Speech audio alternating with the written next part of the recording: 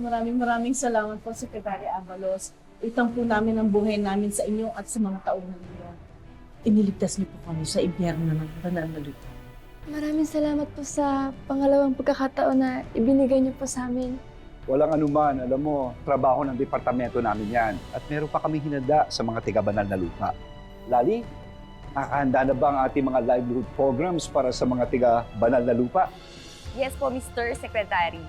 May ibibigay po tayong training para sa kanila. Sa kababaihan po, meron po tayong pananahit. Meron naman po sa kalalakihan, welder, o kaya pwedeng mekaniko.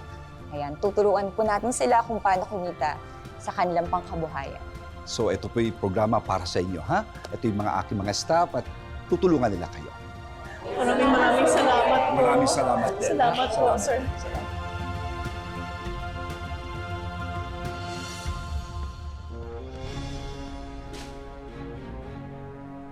Kamusta na, Ricarte, ha? Perez, halika, upo muna tayo dito.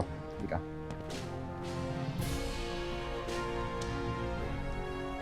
Upo kayo.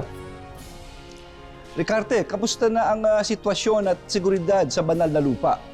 Alam nyo, hindi na dapat maulit itong paghahasik ng lagim ng mga taong ganito. Ayos na po, Sekretary. Ang katunayan yan, may mga tao tayo nakabantay. 24/7. Malinis na po ang banal na lupa.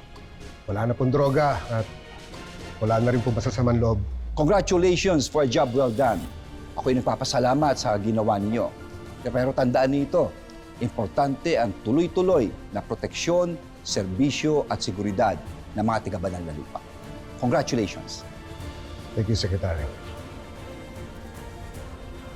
Maraming salamat ulit, ha? Thank you. Salamat.